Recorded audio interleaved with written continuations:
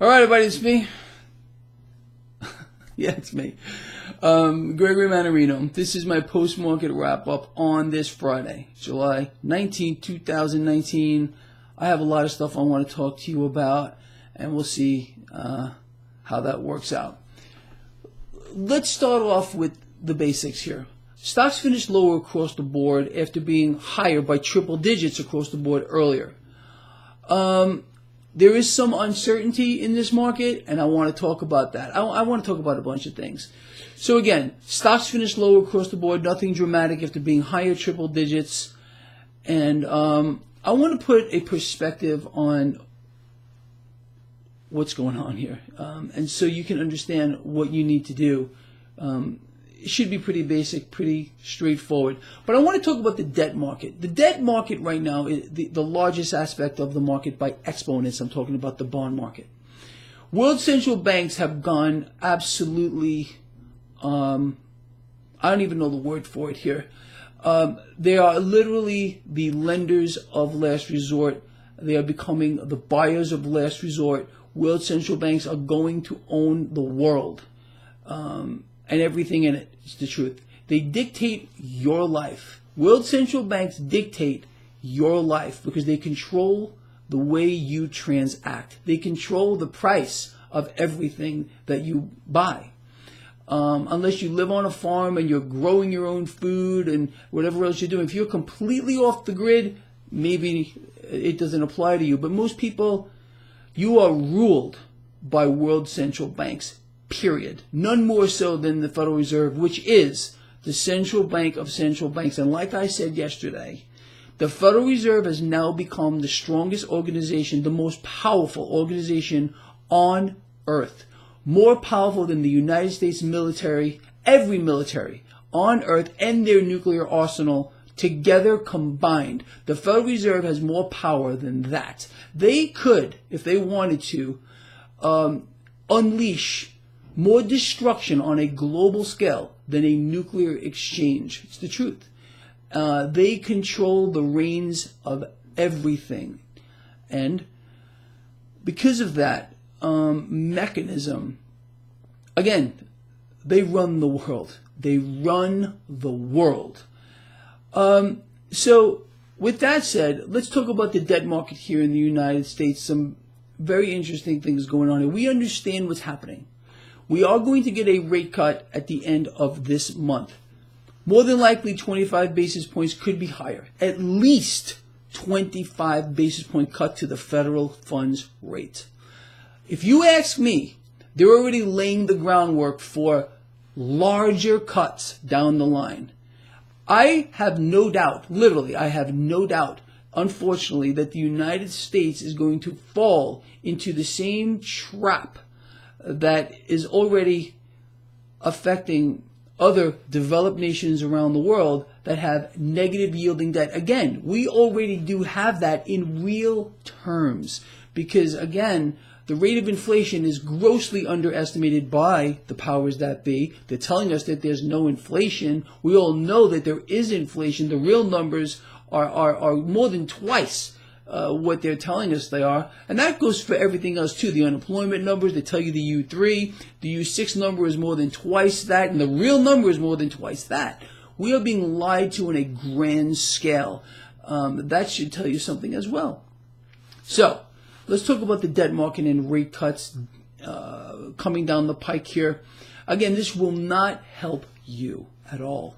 It's a mechanism to destroy the middle class, to force the middle class to subsidize the entire stock market, to enrich the United States of corporate America. That's all this is. It's a wealth transfer effect. Now, understanding that, let's step back a moment and look at the bigger picture of what's happening around the world. Why do you believe that the people of poor nations, undeveloped nations are fleeing?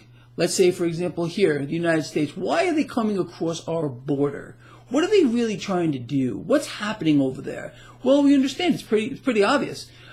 These poor countries, the underdeveloped countries, their economies are in free fall. And because of that, there is increased crime. Unfortunately, we see this throughout history. We have people struggling. It's a terrible thing to be witnessing, and that is the real reason why we have a border crisis here. I've explained to you many times that when this thing starts to get moving here, who would suffer first? You think it would be the developed nations that are under the rulership of their own central banks? Of course not. It's going to be the poor nations first. They're going to start fleeing, looking for anywhere to go, and that's what we're seeing here. That's the real reason. It's the root cause of why we're seeing this, not just on our southern border, but if you look at poor nations around the world, there are people leaving. It's like an exodus to wherever they got to go to try to get into a developed nation. Okay, which is going to suffer catastrophically at one particular time. So people can sit here in the United States, for example, and think they're all safe and think that, oh, we got to protect ourselves from the people crossing the border over there. But why are they really coming over? And who's going to hold your hand when the same thing strikes you? Because it's coming right to your door. There's no doubt about it. The action of world central banks in collusion with our leaders should tell you exactly where we are going. We are going to end up in a much worse situation than any poor or underdeveloped nation. Again, these people from these types of nations are used to a particular lifestyle. Again, to live in the lower side of the socioeconomic spectrum. Here in the United States, we have the entitled.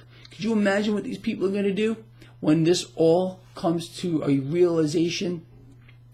If it were not for a managed market, that's what we have right now, with easy money pouring out of the Federal Reserve and every single world central bank to try to give the illusion that we are prosperous, where would we be right now? We would be worse off than any of the underdeveloped nations right now where people are fleeing from. But again, the illusion is being kept real by a managed market. We do not have any resemblance of capitalism here in the United States. We are not allowing the free market to work. We do not have a free market economy at all. It's completely managed, being run by the Federal Reserve and those leaders that are supposed to be looking out for us. Now let me talk about that real quick. So yesterday we heard from New York Fed President John Williams, who promised easy money, or said that the Federal Reserve should be pouring money into this market for a sustained period of time and keeping rates low. He backtracked a little bit from that. Did you see how the president responded? The president pounced on him like a rabid animal. What do you mean you're not going to keep the easy money going? What do you mean we're not going to have rates that are suppressed? How is this helping the American people? Again, all it's doing is making the distortions worse, and it's making the Federal Reserve even stronger than they are now. The Federal Reserve is the strongest organization, the most powerful organization on earth. Every world central bank right now is doing the same thing, synchronized with their respective leader. And because of that, they've become the most powerful organizations on earth. They are the lenders and soon-to-be buyers of everything. They're going to own the world, which means they're going to own you, unless you live completely off the grid. So understanding where we are, that, again, just look at the action today between the President of the United States and New York Fed President John Williams. I mean, it should say a lot to you when the president goes off the deep end like that. Look, we have not had a free market since the last guy. I know some of you just can't handle anything when it comes to the president. So let's talk about President Obama. Did you like him? Did you think that President Obama was a free market guy? Of course he wasn't. Pretty obvious. What did he do? Well, he had the Federal Reserve get in here, quantitative easing 1, quantitative easing 2, Operation Twist, and that the reins have now been taken by Donald J. Trump. It's the same guy. They look different, but it's the same thing. Although President Trump, as candidate, did call out all the stuff I said. He said specifically that the Federal Reserve was supporting President Obama, artificially making the economy look good by printing money. That guy had it right. Who this guy is, I have no idea. So anyway, understanding where we are is very, very simple. We do not have a free market. We do not have a free market economy. It's all being managed. The president himself does not believe in a free market at all. He wants it completely managed too. How do we know that? Again, let's look at the action today. John Williams backs off a little bit, and he gets pounced on like a rabid animal by the president, who wants that easy money coming, who wants the rates to be suppressed from here to oblivion, who wants to dilute the dollar. Meanwhile, I'm still waiting for him to explain to you and me how this helps us. How does it help us, Mr. President? You have a clue? I don't think you do. It's the truth. All right, anyway, look, I don't want to go on and on with this, but I think this video is important. You know what to do. Bet against the debt, become your own central bank, hold a hard asset, get out of the dollar. We know what they're going to do. Did you see the dollar today? Let's just talk about that real quick. The dollar had a knee-jerk reaction higher when it was announced on the news that a British tanker was apparently captured by Iran. Boom! Dollar went right up. The debt market, not so much. The debt market is so rigged and so distorted right now, we really can't use it as a gauge anymore to a large degree to see where cash is moving. You should be able to look at the debt market as a gauge of if there were fear in the market. Right now, it's so distorted, it's very difficult to understand what's going on. But the dollar, at least for now, still reacts as a safe haven. So that knee-jerk reaction into the dollar when that tanker got captured, that's interesting to me. But again, it's not going to last. The dollar will be diluted. Currency wars are going to explode. We're going to have world central banks continue to issue more debt. They're going to, again, lend more, buy more, own the world, own you too. And every single world leader, including the President of the United States, started with the last guy, okay? So take a deep breath. It's not going to stop. Doesn't matter. Like I always say, it doesn't matter who sits in that pretty White House. People, with that said, let's put this week behind us. It's over, and we're done. So love each other, care for each other, and be charitable. I will see you over the weekend at one point to do my markets look ahead. That's it. I'm out of here.